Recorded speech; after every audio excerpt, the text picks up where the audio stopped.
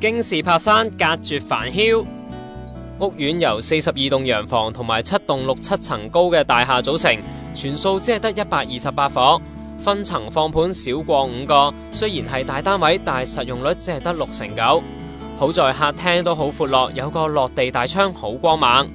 外望綠油油嘅樹景，仲有開揚嘅遠景睇下，夜晚都唔會黑麻麻啦。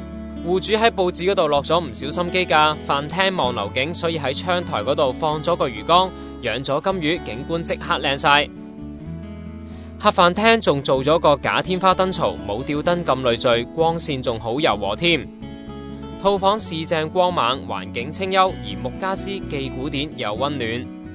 套房裝修都好有心思㗎，兩邊做咗個大衣櫃之外，再加埋個圓邊飾物架，美觀又實用。套廁設備名貴，選用按摩浴缸，沖完涼之後疲勞盡消。